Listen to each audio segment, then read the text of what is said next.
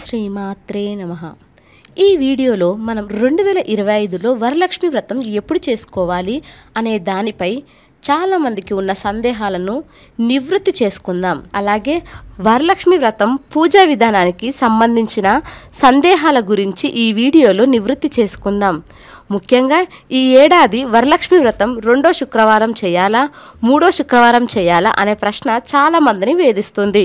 దీనికి పూర్తి సమాధానాన్ని ఈ వీడియోలో తెలుసుకుందాం. మనకు ఈ 2025వ సంవత్సరంలో జూలై 25 శుక్రవారం నుండి శ్రావణ మాసం ప్రారంభమవుతుంది. ఇది ఆగస్టు 23 శనివారంతో ముగుస్తుంది.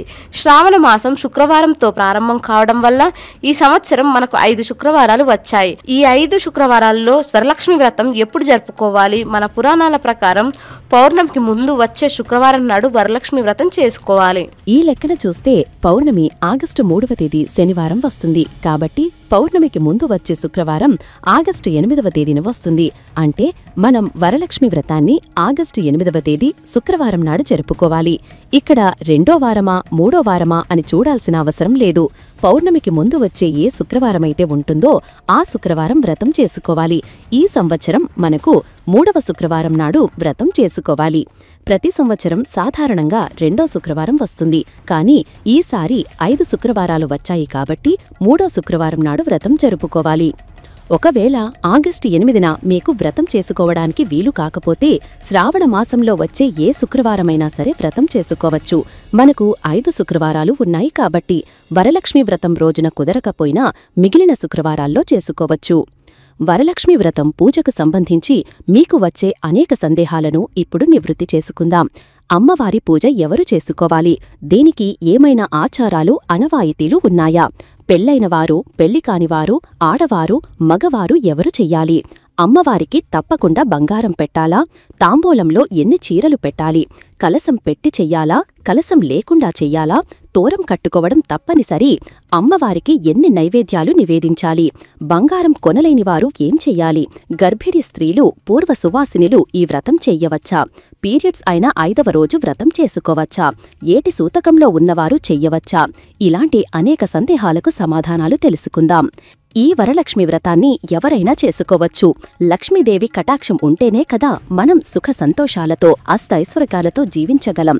అమ్మవారి కటాక్షం లేకపోతే ఏదీ సాధించలేం. అందుకే అమ్మవారి కటాక్షం కలగాలంటే తప్పకుండా ఈ వ్రతం చేసుకోవాలి. దీనికి ఎలాంటి ఆచారం, అనవాయితీ అవసరం లేదు. ఎవరైనా చేసుకోవచ్చు. మీ అత్తయ్య వాళ్ళు, అమ్మవాళ్లు ఎప్పుడూ చేసుకోకపోయినా మీరు కొత్తగా చేసుకోవాలనుకుంటే తప్పకుండా చేసుకోవచ్చు. ముఖ్యంగా పెళ్లైన ఆడవారు సౌభాగ్యం కోసం, సంతానం కోసం ఈ పూజ చేసుకుంటారు. పెళ్లి కానివారు కూడా మంచి భర్త లభించాలని ఉద్దేశంతో చేసుకోవచ్చు. మగవారు కూడా అమ్మవారిని పూజించడంలో తప్పులేదు. అష్టైశ్వర్యాల కోసం అమ్మవారిని పూజించవచ్చు. అయితే ఎక్కువగా ఆడవారే ఈ వ్రతం చేసుకోవడానికి ఆసక్తి చూపిస్తారు. కొత్తగా పెళ్లైన వారు వ్రతం మొదటి సంవత్సరం చేసుకోవచ్చు. మొదటి సంవత్సరం వీలు కాకపోతే 2వ సంవత్సరం చెయ్యరు, 3వ సంవత్సరం మాత్రమే చెయ్యాలి. అంటే బేసి సంఖ్యలో ఉన్నప్పుడు మాత్రమే ఈ వ్రతాన్ని ప్రారంభించాలి. మొదటి, 3వ, 5వ సంవత్సరం ప్రారంభించిన తరువాత ప్రతి సంవత్సరం కొనసాగించవచ్చు. 5 సంవత్సరాలు దాటిన తరువాత ఎప్పుడైనా ప్రారంభించుకోవచ్చు. పెళ్లై 7, 8, 10 సంవత్సరాలు దాటినా ఇంతవరకు వ్రతం చేసుకోనివారు కూడా ఇప్పుడు ప్రారంభించవచ్చు. గర్భిణీ స్త్రీలు వ్రతం చేసుకోవచ్చు. కాని 5వ నెల దాటిన తరువాత చేసుకోకూడదు. 5వ నెలలోపు చేసుకోవచ్చు. పూర్వ సువాసినులు అంటే భర్త లేనివారు కూడా చేసుకోవచ్చు. కాని వారు కుంకుమ పూజ చెయ్యరు. కొంతమంది కలసం ఏర్పాటు చేసుకుంటారు, మరికొందరు చేసుకోరు. వీరు అమ్మవారిని సరళంగా పూజించుకోవచ్చు. ఏటి సూతకంలో ఉన్నవారు లేదా మైల వంటివి ఉన్నప్పుడు వ్రతాలు అస్సలు చెయ్యకూడదు. ఆ సమయంలో కేవలం దీపారాధన చేసుకుని సరళంగా పూజ చేసుకోవచ్చు. కాని వ్రతాలు, నోములు చెయ్యకూడదు. అమ్మవారికి నైవేద్యాలు బేసి సంఖ్యలో పెట్టాలి.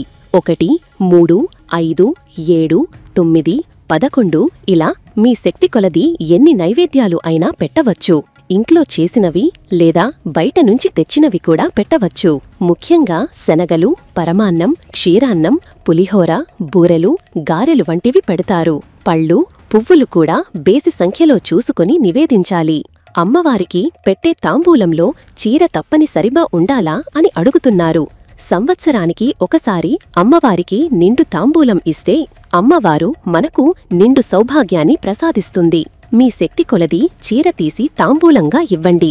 2 చీరలు పెట్టగలిగితే ఒక చీర అమ్మవారికి కట్టి మరొకటి తాంబూలంలో పెట్టండి. ఒకవేళ ఒక చీర మాత్రమే కొనగలిగితే దాన్ని అమ్మవారికి కట్టినా ఫరే అది తాంబూలంలో ఇచ్చినట్లే అవుతుంది. అమ్మవారికి ఫోటో పెట్టుకుని పూజ చేసుకునేవారైతే చీర, జాకెట్ ముక్క, పళ్ళు, పసుపు, కుంకుమలు అన్నీ తాంబూలంలో పెట్టి ఇవ్వవచ్చు. చీరల కొనేటప్పుడు మన భుజంపై వేసుకుని చూడకూడదు. మామూలుగా చూసి తీసుకోవాలి. అమ్మవారికి అర్పించిన తరువాతే వాటిని మనం ధరించవచ్చు. అమ్మవారికి తాత చీరలు కట్టకూడదు.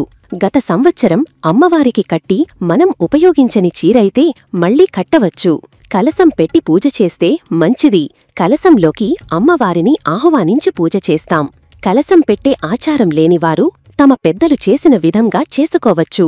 కొత్తగా కలసం పెట్టి చెయ్యాలనుకుంటే చేసుకోవచ్చు. ఒకసారి కలసం పెడితే ప్రతి సంవత్సరం పెట్టాల్సి ఉంటుంది. పూజలో తప్పనిసరిగా బంగారం పెట్టాలా అని అడుగుతున్నారు. అమ్మవారు బంగారం పెట్టవని చెప్పలేదు. ఇది మనం ఆస్తిని సమకూర్చుకోవడం కోసమే. తప్పనిసరిగా బంగారం కొనాలని లేదు. కొనగలిగితే కొని పెట్టవచ్చు. కొనలేనివారు గతంలో అమ్మవారి కోసం తీసుకున్న కాసు, రూపం లేదా ఇంట్లో ఉన్న ఏదైనా బంగారు వస్తువులను పాలలో కడిగి పెట్టవచ్చు. అయితే మనం ధరించి ఉన్న బంగారాన్ని తీసి పెట్టకూడదు. బంగారు వస్తువులు లేకపోతే పసుపు కొమ్ము పెట్టినా సరే అది ఎంతో బంగారంతో సమానం. బంగారం లేనంత మాత్రాన పూజ ఆపాల్సిన అవసరం లేదు. మీ శక్తి కొలది అమ్మవారిని పూజించండి. తోరం కట్టుకుంటేనే వ్రతం పూర్తవుతుంది. తోరం కట్టుకుని పూజ చేస్తే చాలా మంచిది. తోరం కట్టుకునే ఆచారం లేనివారు కట్టకపోయినా పూజ చెయ్యవచ్చు. కట్టుకున్న తోరాన్ని ఒక రోజంతా ఉంచుకొని మరుసటి రోజు శనివారం మాత్రమే తీయాలి. నెలసరి అయినా 5వ రోజు వ్రతం చేసుకోవచ్చా అంటే రక్తస్రావం లేకపోతే స్నానం చేసి చేసుకోవచ్చు. రక్తస్రావం ఉంటే ఆ వారం వదిలేసి తరువాతి వారం చేసుకోవచ్చు. వ్రతం రోజు కుదిరని వారు శ్రావణ మాసంలో వచ్చే ఏ శుక్రవారం అయినా చేసుకోవచ్చు. ఇంట్లో ఎవరైనా పీరియడ్స్లో ఉన్నప్పుడు వ్రతాలు చెయ్యకపోవడమే మంచిది. పూజ చేసేటప్పుడు నేలపై కూర్చోవాలా అని అడుగుతున్నారు. పూజా మందిరంలో చేసుకున్నట్లయితే పూజ తరువాత బయట కుర్చీల్లో కూర్చోవచ్చు. హాల్లో పూజ చేసుకుంటే దీపాలు వెలిగినంతసేపు కుర్చీల్లో సోఫాలో కూర్చోకూడదు. కిందనే కూర్చోవాలి. అనారోగ్యంతో ఉన్నవారు, చిన్నపిల్లలు, వృద్ధులు, గర్భిణీ స్త్రీలకు ఇది వర్తించదు. ముత్తైదువులకు తాంబూలం శుక్రవారం ఉదయం పూజ అయిన తర్వాత 11-12 గంటలలోపు ఇవ్వవచ్చు. ఉదయం కుదరకపోతే సాయంత్రం 6 గంటలలోపు ఇవ్వాలి. ఈరోజు కుదరకపోతే శనివారం ఉదయం పీఠం కదిపే ముందు ఇవ్వవచ్చు. ఎంతమందికైనా ఇవ్వవచ్చు. ఇది బేసి సంఖ్యలో ఉండాల్సిన అవసరం లేదు. అష్టలక్ష్ములుగా భావించి 8 మందికి ఇవ్వడం మంచిది. జాకెట్ ముక్కలు పెట్టలేనివారు ఆకు, వక్క, పండు ఇచ్చిలా సరిపోతుంది. అమ్మవారి పీఠాన్ని శుక్రవారం రాత్రి కదపకూడదు. శనివారం ఉదయం దీపారాధన చేసి నైవేద్యం పెట్టి పూజ చేసుకున్న తరువాత మధ్యాహ్నానికి ముందే పీఠాన్ని కదపాలి. పూజలో ఒక కలసం మాత్రమే పెడతాం. అమ్మవారి చీరలోనే కలసాన్ని ఏర్పాటు చేసుకోవచ్చు. వేరుగా కలసం పెట్టుకోవాలనుకుంటే కలసంలో నీళ్లు పోసి పెట్టుకోవచ్చు. అత్తాకోడళ్లు కలిసి పూజ చేసుకునేటప్పుడు 2 పీఠాలు, 2 కలశాలు అవసరం లేదు. ఒకే పీఠంపై ఇద్దరు కలిసి పూజ చేసుకోవచ్చు. అయితే ఇద్దరు మెడలో కట్టుకుంటారు కాబట్టి 2 రూపులు కలశానికి వేయాలి. అలాగే 2 చీరలు, 2 తాంబూలాలు అమ్మవారికి కలిపి సమర్పించాలి. నైవేద్యాలు కూడా ఇద్దరూ కలిపి చేయవచ్చు. మెయిన్ డోర్ పూజ చేసినంతసేపు తెరిచి ఉంచాలా అని అడుగుతున్నారు. తెరిచి ఉంచితే మంచిదే.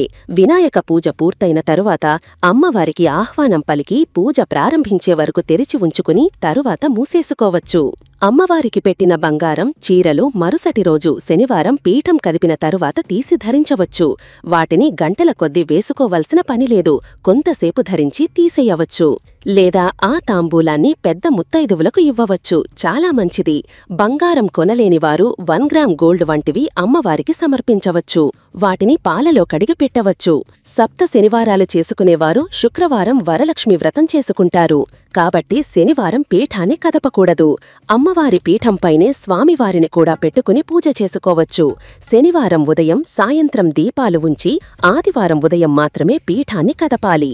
వరలక్ష్మి వ్రతం ఒక్కటే చేసుకునేవారు శనివారం పీఠాన్ని కదపవచ్చు. అమ్మవారికి చీర కట్టి పూజ చేయడం తప్పనిసరి కాదని, ఫోటో పెట్టుకుని కలసం పెట్టి సరళంగా పూజ చేసుకున్న ఫలితం దక్కుతుందని అర్థం చేసుకోండి. ఒక సంవత్సరం చేస్తే ప్రతి సంవత్సరం చెయ్యాలా అనే సందేహం వద్దు. వీలున్నప్పుడు ప్రతి సంవత్సరం చేసుకుంటే మంచిది. లక్ష్మీదేవి కటాక్షం మనపై ఉంటుంది. సంవత్సరానికి ఒక్కసారి చేసుకున్నా సంవత్సరమంతా అమ్మవారి కరుణా కటాక్షాలు ఉంటాయి. వరలక్ష్మి వ్రతం రోజు కుదరకపోయినా శ్రావణమాసంలో వచ్చే ఏ శుక్రవారమైనా ఈ వ్రతాన్ని చేసుకోకండి. మొదటి శుక్రవారమైనా, రెండో వారమైనా, మూడో వారమైనా, ఐదో వారమైనా, ఎన్ని వారాలు వచ్చినా అందులో ఒక వారం అమ్మవారి వ్రతం చేసుకోండి. మిగిలిన వారాల్లో సాధారణ పూజ చేసుకోవచ్చు. మీ సందేహాలు చాలా వరకు నివృత్తి అయ్యాయని ఆశిస్తున్నాను. ఇంకా ఏమైనా సందేహాలు ఉంటే కామెంట్లలో అడగండి. ఈ వీడియో మీకు ఎలా అనిపించింది? మీ సందేహాలు తీరాయో లేదో కామెంట్ సెక్షన్లో తెలియచేయండి. దయచేసి వీడియోను లైక్ చేసి సబ్స్క్రైబ్ చేసుకోండి. మరొక మంచి వీడియోతో మళ్ళీ కలుద్దాం.